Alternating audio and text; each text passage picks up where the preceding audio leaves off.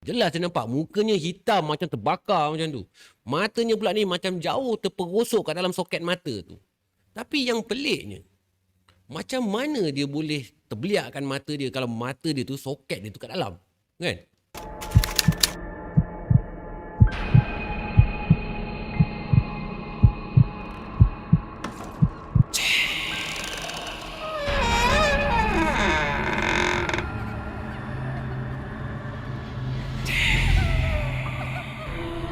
اللهم صل على سيدنا محمد وآله وصحبه وسلم. Bismillahirrahmanirrahim. Allahumma salli ala Sayyidina Muhammad. Assalamualaikum warahmatullahi wabarakatuh. Salam sejahtera, salam satu Malaysia dan salam satu Nusantara. Welcome back to Malam Mistik. Apa khabar geng-geng semua? Ada baik ke? Buat yang baru join channel aku ni, aku ucapkan selamat datang. Aku introduce dulu diri aku ni. Nama aku Anas Rahmat, storyteller yang menghantui malam sunyi anda. Alright. Malam ni aku nak cerita dua kisah. Satu kisah seram ni berlaku dekat negeri Sabah. Satu lagi kisah ni berlaku dekat Semenanjung Malaysia. Dua-dua cerita ni dikirimkan oleh dua orang subscriber aku melalui Telegram. Aku pun malas nak membebel panjang-panjang malam ni. Aku nak terus je jump to the story. Right? So apa tunggu lagi? Let's roll on Malam Mistik. Let's go.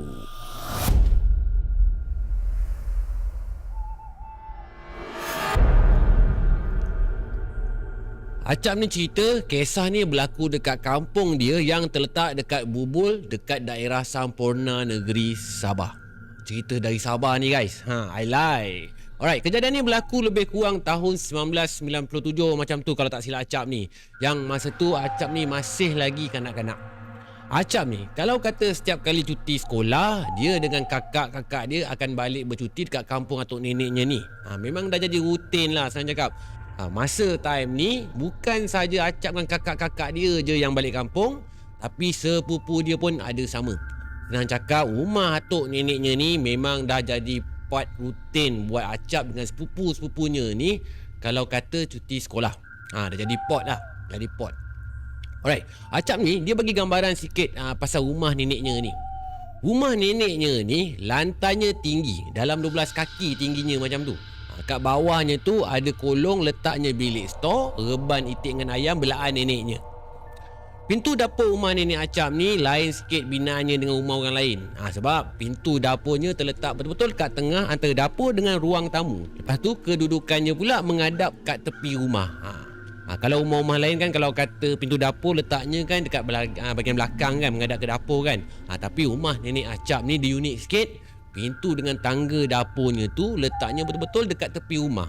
Tapi tetap cantik lah binaannya tu. Dekat belah kiri menghadap pintu dapur pula, kawasannya masih lagi hutan. Kalau suasana time siang kat rumah atuk nenek Acap ni memang best. Aman dengan tenang aja. Tapi kalau kata menjelang malam pula, suasananya jadi sunyi, lepas tu sedikit menyeramkan, kata si Acap ni. Alright, back to the story. Kejadian seram ni berlaku bila masuknya waktu maghrib. Masa tu tengah Acap duk main dekat luar rumah dengan sepupu-sepupu dia ni, tiba-tiba mak usu Acap ni dia panggil diorang ni semua balik.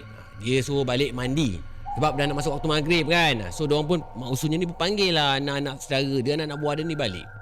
So Acap dengan sepupu dia ni pun bergegas lah balik. Lepas tu terus pergi mandi sebelum mak usunya ni membebel lagi panjang. Acap ni dia masih ingat lagi. Masa tu baru dia keluar daripada bilik air. Mak usunya pula tengah berdiri dekat tepi pintu dapur sambil dia memanggil-manggil kakak si Acap ni daripada pintu dapur tu. Memekik-mekik lah dia memanggilkan si kakak si Acap ni. Pia dengan Ina nama kakak si Acap ni. Pia, Ina, mana kamu ni? Sudah maghrib bah ni. Kenapa kamu tak naik rumah lagi ni? Cepat kamu naik. Tak kamu takut ke gelap-gelap di bawah tu? Dia pekik slang Sabah guys. Aku pakai hentam je ayat slang tu. Betul tak betul tu aku harap kurang okey je lah. Asalkan maksud dia tu sampai sudah lah kan. Right, back to the story. Terjerit-jerit lah mak usus si Acap ni. Dia panggil kakak si Acap ni, disuruhnya balik sebab dah masuk waktu maghrib. Tapi yang pelik, kedua-dua kakak si Acap ni dia buat bodoh je. Tak menyaut pun panggilan makcik dia ni. Takkanlah kakak dia tu main jauh sangat sampaikan tak dengar mak usulnya menjerit-jeritkan nama dia tu kan. Bila kakaknya tu tak menyaut, mak usulnya pun apa lagi? Teruslah dia turun ke bawah rumah, terus dia nak pergi cari kakaknya tu. Sambil dia cari tu, sambillah dia membebel-bebel mulut dia marah-marah. Dengan tiba-tiba pula, kedua-dua kakak si Acap ni keluar daripada bilik neneknya. Rupa-rupanya kakak dia ni dah masuk rumah pun daripada tadi. Bukannya dia main kat luar pun. Serentak dengan tu jugalah, dengan tiba-tiba diorang satu rumah ni boleh terdengar suara mak usunya menjerit-jerit daripada bawah rumah. Sambil mengucap panjang makciknya ni sambil berlari lintang pukang naik ke atas rumah. Yang paling sadis sekali, dia punya takut ni, mak usunya si Acap ni punya takut ni, sampaikan dia terkencing-kencing dalam seluar mak usunya ni. Sambil dia berlari tu sambil terkencing-kencing di dalam seluar. Mana tak takutnya kan. Dia nampak masa tu yang diingatkan kakak si Acap ni. Tapi apa yang dia nampak, satu lembaga berbentuk perempuan. Mukanya tu hitam legam. Lepas tu matanya merah menyala. Dia duk perhati je muka mak usunya si Acap ni sambil dia duk senyum. Sinis je muka dia dekat mak usu si Acap ni. Seolah-olah macam benda ni dia macam nak ajak mak usu Acap ni main cak-cak tau. Itu pasal lah mak usu Acap ni punya takut masa tu. Nasib baiklah mak usu si Acap ni dia tak pengsan dekat situ juga. Si Acap ni pula, kali terpandangkan kat mak usu dia tu, dia terasa kadang-kadang tu macam kesian. Ada kala tu dia rasa macam kelakar pula. Dia jadi kelakar bila ternampakkan sampaikan terkencing dalam seluar mak usunya tu. Itu yang dia jadi rasa macam kelakar, tapi kesian juga dalam waktu yang sama. Yelah kan, mak usu si Acap ni, dia punya garang tu bukan main lagi. Tapi sekali pandangkan benda seram ni, basah juga seluar dia dibuatnya kan. Itu yang jadikan Acap ni kelakar-kelakar campur dengan kesian. Yang mak usunya pula, lepas daripada dia ternampakkan makhluk tu, dia jadi macam blur-blur je gitu tau. Macam blur. Lepas tu pula mukanya pucat macam orang tak ada darah. Macam orang hilang semangat dah. Sebab dah ketakutan tahap maksimum katanya. So atuknya Acap ni pun dia bacakanlah ayat-ayat suci daripada Al-Quran dekat secawan air putih. Lepas tu bagi mak usunya ni minum. Dia buat air tawar untuk mak usu si Acap ni kembali sebalik semangat dia yang dah hilang sekejap tadi sebab takutkan sangat dengan benda yang dia nampak tu. So lepas daripada tu, barulah nampak muka mak usunya ni macam tenang je sikit. Barulah nampak mukanya tu tak pucat lagi. So bila waktu malam, Acap dengan sepupu-sepupu dia pula pun setting lah tempat tidur masing-masing. Diorang ni yang masa tu budak-budak lagi kan. Diorang ni kena tidur dekat ruang tamu beramai-ramai je. Acap pula spotnya dapat yang paling hujung sekali, dekat dengan pintu nak menuju ke dapur. Malam tu puas si Acap ni golek sana, golek sini, tapi susah betul mata dia nak terlelap. Sepupu-sepupunya pula yang lain masa tu semua dah jauh di buai mimpi. Cuma Acap seorang je yang masih terkebil-kebil, mata dia ni tak boleh nak pejam. Tengah Acap ni dia duk bergolek-golek nak cuba lelapkan mata dia tu, tiba-tiba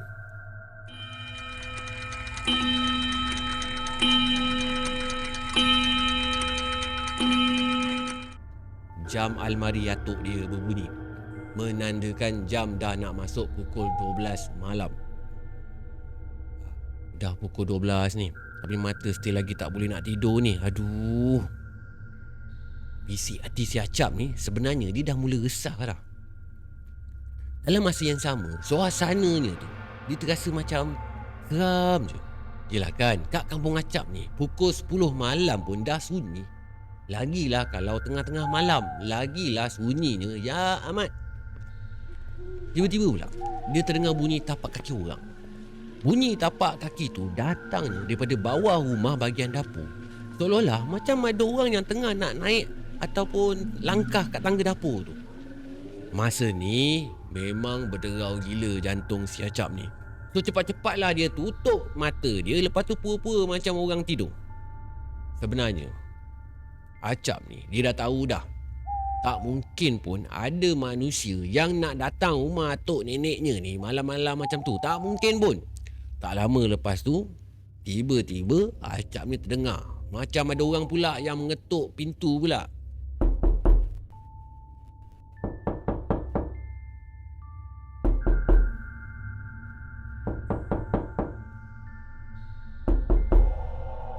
Yang buatkan Acap ni lagi seram, bukan takat dia ketuk pintu je masa tu. Siap dia beri salam, siap dia panggil nama si Acap ni.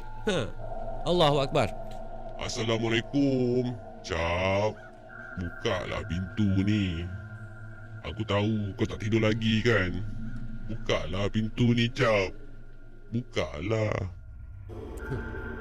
Suara tu, kejap-kejap dia gelap, kejap-kejap dia nangis, kejap-kejap dia menyanyi pula. Acap ni, dia punya takut masa tu tak usah cakap lah. Dia tutup je mata dia tu sambil peluk sepupu dia yang tidur dekat sebelah dia tu. Terketar-ketar jugalah lutut si Acap masa ni. Diam tak diam, dekat 3 jam jugalah si Acap ni hadap benda ni. Yang duduk mengacau, menyebut nama dia, menyanyi, ketawa. Memang seram gila lah kata Acap masa tu. Lebih kurang pukul 3 pagi macam tu, barulah Acap ni dapat nak lelapkan mata. Itu pun sebab atuknya ni bangun nak buat solat tahajud. Itu antara pengalaman seram yang pernah berlaku dekat Acap ni masa zaman dia kanak-kanak dekat kampung dia yang terletak dekat Sampurna, Sabah tu. Acap ni bagi tahu, perkara yang berlaku tu kalau dipikirkan masa tu memanglah sesuatu yang menyeramkan kan pengalaman tu kan. Tapi hari ni perkara tu lah yang meninggalkan banyak kenangan manis antara dia dengan keluarga dia dekat rumah kampungnya tu. Alright. Lain macam kisah si Acap ni. Tapi kalau kat Sabah memang aku pastilah kalau kata kampung kat kawasan Sabah ni, kawasannya memang selalu suram dan seram je. Yalah kan, Sabah ni kan kawasannya masih banyak hutan lagi yang belum diteroka kan. Lepas tu pula hutannya tebal-tebal kan. Tu yang menjadikan kawasan tempat kampung-kampung ni memang sunyi sikit. Sabah ni kalau siapa yang tak tahu, waktunya dengan Semenanjung ni dia lebih cepat 1 jam daripada Semenanjung Malaysia. So kalau kata Sabah ni pukul 10 malam, dekat Semenanjung dah lebih kurang pukul 11 malam gitu. Itu yang jadikan suasana malam tu jadi panjang gitu. Alright. Dah habis dah kisah Acap ni, aku nak sambung dengan cerita nombor 2 pula. Alright, let's go.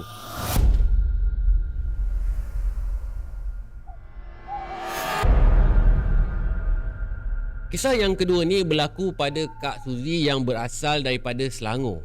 Katanya kisah ni baru je berlaku, tak sampai pun 3 tahun. Lebih kurang tahun 2021 kejadiannya berlaku. Kisahnya macam ni. Selepas suami Kak Suzy ni meninggal, Kak Suzy ni berpindah kat satu rumah yang lokasinya berdekatan dengan sekolah anak-anaknya dengan tempat kerja dia. Mula-mula pindah kat rumah tu, dia sekeluarga ni memang langsung tak hadap sebarang masalah pun. Nampak okey je. Kisah ni berlaku beberapa tahun kemudian selepas Kak Suzy ni berpindah kat rumah tu. Kawasan rumah yang Kak Suzy ni duduk, bila kata hujan lebat turun je, mesti rumahnya tu jadi banjir. Bila kata banjir pula, mesti ambil masa yang lama untuk surut semula. Disebabkan ada longkang yang tersumbat berhampiran dengan kawasan rumah Kak Suzy ni. So jadinya Kak Suzy ni terpaksalah minta kebenaran tuan rumah untuk besarkan ataupun mengorek longkang yang tersumbat dekat kawasan rumah dia tu. Dalam masa yang sama, dia pun baikilah sekali jalan yang dah runtuh yang disebabkan banjir kilat tu. Untuk tujuan tu, Kak Suzy ni dia kena upah sebiji backhoe untuk lakukan kerja-kerja tu. Termasuklah dia nak tolak sebatang pokok sawit liar yang hidup dekat tepi jalan masuk rumah Kak Suzy ni. Dipendekkan cerita, lepas 3 hari kerja-kerja tu settle, berlaku satu gangguan dalam rumah Kak Suzy. Malam tu, masa dia dengan keluarga dia tengah berehat dekat ruang tamu, tiba-tiba dia sekeluarga ni terdengar bunyi kucing bergaduh dekat bangsal rumah dia. So Kak Suzy ni pun bergegaslah cari kucing dia. Kak Suzy ni ada bela seekor kucing juga. Dia risaulah kan, takut-takut yang bergaduh tu kucing dia. Dia takut jugalah kalau kucing liar pergi belasah kucing dia tu. Sekali dia tengok kucing dia tengah sedap tidur kat dalam bilik. So dia pun just abaikan je lah suara kucing yang bergaduh kat luar bangsal tu. Tapi Kak Suzy ni sebenarnya dia rasa hairan juga. Bunyi kucing yang bergaduh tu sebenarnya tak macam bunyi kucing biasa. Bunyinya betul-betul kuat. Lepas tu bunyinya macam garau tau, macam kasar bunyi kucing tu. Dia tak macam bunyi kucing biasa lah, kata Kak Suzy ni. Kebetulan pula anak sulungnya Kak Suzy ni masa tu ada dekat dapur. Terus dia yang menunggu ke pintu. Lepas tu dia tu buka pintu tu. Lepas tu nak pergi halau kucing-kucing yang bergaduh tu. Tapi tak sampai berapa minit pun dia dekat bangsal tu, terus anak sulungnya tu berlari meluru masuk ke rumah balik. Kak Suzy ni dia boleh nampak muka anak sulungnya tu memang pucat gila bila dia masuk ke dalam rumah. Dia cakap masa dia pergi kebangsaan nak halau kucing tu, dengan tiba-tiba dia dapat rasakan macam ada aura yang tak berapa best kat bangsal tu. Dia dapat rasakan macam ada benda yang memerhatikan dia dekat situ. Itu yang tiba-tiba dia rasa panik semacam dia tu yang buatkan dia lari masuk ke rumah dengan tiba-tiba. Kak Suzy ni pun dia apa lagi? Teruslah dia bisingkan kat anak sulungnya tu. Dia bagi tahulah perbuatan anaknya tu yang buka pintu waktu lewat malam macam tu boleh mengundang makhluk halus ataupun jin masuk dalam rumah. Siap silap. Bebel lah Kak Suzy malam tu dengan anak dia yang sulung ni. Lepas dia duduk bebel-bebel tu, terus Kak Suzy ni sambung melepak dekat hall dia. Lepas tu lebih kurang pukul 1:30 pagi macam tu, mata Kak Suzy ni dia dah mula mengantuk dah. Sedar tak sedar, dia pun dah terlelap dekat ruang tamu rumahnya tu. Tapi entah macam mana agaknya, dengan tiba-tiba dia tersedar daripada tidur dia. Bila dia tersedar tu, terkejut gila Kak Suzy ni bila dia tengok kedua-dua anaknya tu dah duduk bersila dekat sebelah dia. Yang sulung sekali duduk paling hampir sekali dengan dia sambil dia pergi memeluk bantal lah, peluk bantal. Peluk bantal macam takutlah dia peluk macam tu. Teruslah Kak Suzy ni cakap kat anak sulung dia tu, kau dah kenapa menyempit kat sini? Tapi anak sulungnya tu langsung tak menjawab pun. Tapi cuma dia just tenung je ke arah muka adik dia. Adik dia ni daripada tadi duduk dekat sebelah dia je ni. Bila Kak Suzy ni tengokkan perangai pelik kedua-dua anak dia macam tu, dia pun tak puas hati lagi. Teruslah dia tanya lagi, apa kena dengan korang berdua ni sebenarnya ni? Sambil tu dia duk perhatilah keadaan sekeliling kat dalam rumah dia tu. Memang tak ada apa-apa pun yang nampak pelik masa tu. Lepas tu dia pun suruhlah anak-anak dia tadi ni semua ni masuk ke bilik masing-masing, sambung tidur balik. Tapi salah seorang daripada anaknya Kak Suzy ni menjawab. Dia cakap dia tak nak. Dia cakap ada sesuatu yang baring bersama dengan dia masa dia baring kat dalam bilik tu. Astaghfirullahalazim, mengucap panjang Kak Suzy masa ni bila dengarkan anaknya tu cakap macam tu. Dia sebenarnya dia tak tahu sama ada nak percaya dengan kata-kata anaknya tu ataupun tidak. Bunyinya macam tak logik langsung. Dah berapa lama diorang duduk kat rumah tu, tak ada apa-apa perkara pelik pun yang berlaku. Kenapa dengan tiba-tiba malam tu anaknya pula boleh nampak, boleh cakap macam tu pula? Tu yang buatkan Kak Suzy ni macam percaya tak percaya je dengan apa yang anak dia cakap ni. Bagi Kak Suzy masa tu lantak korang lah, sambil dia pusing menghadap ke dinding. Lepas tu sambil dia tengok telefon. Masa dia nak letak telefon kat atas bantal kat sebelah dia ni, dia pun paling balik tu kan nak letak telefon tu kan. Dengan tiba-tiba dia terperasan ada satu benda berbungkus cantik je parking dekat atas lantai, tak jauh pun daripada jarak dia baring tu. Bungkusan tu saiznya besar, lepas tu panjang terbujung. Saiznya sama besar dengan saiz lelaki dewasa. Kak Suzy ni dia duk perhatilah betul-betul benda lah yang berbungkus tu. Dia nak pastikan apa benda yang dia nampak tu. Dia macam sure tak sure je tau masa tu. Dia macam perasan juga tau bungkusan tu kotor. Lepas tu macam ada kesan-kesan lumpur kering kat bungkusan tu. Tapi dia memang tak berapa nak pasti bungkusan apa yang dia nampak masa tu. Lagipun mata Kak Suzy ni mata dia rabun. Masa dia terpandangkan benda lah tu, dia tak pakai kacamata pun. Itu yang dia nampak tu macam blur-blur aja bentuknya. Dalam hati Kak Suzy ni pun berkata juga, apa benda tu? Macam mayat aja bentuknya, bisik Kak Suzy ni dalam hati dia. So untuk memastikan yang dia tak salah tengok ataupun dia berhalusinasi, dia pun cepat-cepatlah pakai kacamata dia. Lepas tu sekali lagi dia tenung tajam-tajam benda lah yang berbungkus tu. Astaghfirullahalazim. Masa tu dia rasa darah dia ni macam berhenti mengalir sekejap tau. Memang confirm yang dia ni tak salah nampak. Rupa-rupanya dia nampak ada Cik Bonjot dekat depan dia. Cik Bonjot, ya, pocong betul-betul kat depan mata dia. Kak Suzy ni istighfar je masa tu. Sambil tu dia cepat-cepatlah pasang MP3 Ruqyah kat phone dia. Lepas dia on je MP3 Ruqyah tu, makhluk bungkus tu dengan pantasnya dia pusingkan kepala dia. Lepas tu dia jengkelkan mata dia betul-betul ke arah Kak Suzy ni. Lepas tu dia cakap, jangan buka. Macam marah tau bunyinya masa tu. Terus terlepas handphone Kak Suzy ni daripada tangan dia. Kak Suzy ni memang jelas nampak muka Cik Bonjok tu. Jelas dia nampak mukanya hitam macam terbakar macam tu. Matanya pula ni macam jauh terperosok kat dalam soket mata tu. Tapi yang peliknya, macam mana dia boleh terbeliakkan mata dia kalau mata dia tu soket dia tu kat dalam, kan? Kak Suzy ni pula masa tu macam terkaku aja kat situ. Dia lambai-lambai lah tangan dia ke arah kedua-dua anak dia ni. Dia minta tolong lah sebenarnya. Terketar-ketar masa tu Kak Suzy ni. Kononnya dia minta tolong lah ke anaknya tu supaya anak dia tu boleh bawa dia lari jauh daripada situ, tarik dia ke apa kan.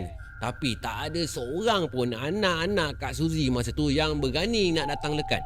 Sebenarnya masa tu hanya Kak Suzy je yang nampak Cik Bungkus ni. Anak-anak dia tu tak nampak pun. Tapi walaupun anak-anaknya tu tak nampak penampakan Cik Pocong ni, tapi diorang boleh rasa kehadiran benda lah ni. Dia boleh rasa vibe tu. Kak Suzy ni pula masa tu badannya ni umpama macam dikunci, macam lock terus. Dia tak boleh nak bersuara, tak boleh nak menjerit, apatah lagi dia nak berlari. Memang langsung tak boleh. Dia pasrah je masa tu. Tapi dalam hati dia ni tak henti-henti menyebut Allahu Akbar, Allahu Akbar. Berulang kali dia sebut Allahu Akbar tu. Akhirnya sosok Cik Bungkus ni hilang terus daripada pandangan Kak Suzy ni. Bila Cik Bungkus ni dah hilang daripada pandangan mata Kak Suzy ni, barulah Kak Suzy ni mampu gerakkan badan dia macam normal balik. Kehadiran pocong dalam rumah Kak Suzy tu hanya berlaku malam tu sahaja. Kak Suzy ni pun syukur jugalah entiti ni tak muncul lagi selepas tu. Kak Suzy ni agak kehadiran pocong ni mungkin disebabkan dia tebang pokok kelapa sawit liar kat tepi rumahnya tu. Mungkin si Bungkus ni datang pun sebab dia marah ataupun tak puas hati dengan Kak Suzy ni. Sebab mungkin pokok sawit yang ditebang tu adalah rumah Cik Bungkus ni. Mungkin lah. Itu fikir Kak Suzy masa tu. Wallahualam. Alright, dah habis dah Malam Mistik kali ni. Aku harap korang enjoy dengan cerita aku kali ni. Terima kasih banyak-banyak aku ucapkan buat Acap dengan Kak Suzy yang sudi berkongsi pengalaman seram kat segmen Malam Mistik ni. Buat korang yang hantar cerita korang dekat segmen Malam Mistik ni, korang boleh send melalui sosial media aku yang aku dah letakkan pun linknya dekat ruangan description ni. Aku minta maaf awal-awal kalau aku lambat reply korang. Maklumlah, aku kadang-kadang ada sedikit sibuk sikit dengan hal dunia ni.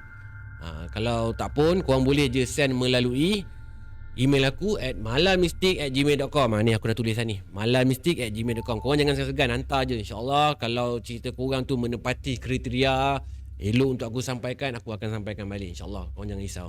Alright, yang mana masih belum subscribe channel Anas Rahmat ni, bantu aku rajinkan jari korang, tekan button subscribe tu, tekanlah loceng sekali kalau korang nak terima notifikasi daripada channel Anas Rahmat ni. Alright, hingga kita jumpa lagi di next Malam Mistik. Korang jaga diri korang baik-baik. Assalamualaikum warahmatullahi wabarakatuh. Salam sejahtera, salam satu Malaysia dan salam satu Nusantara. Good bye. Malam Mistik.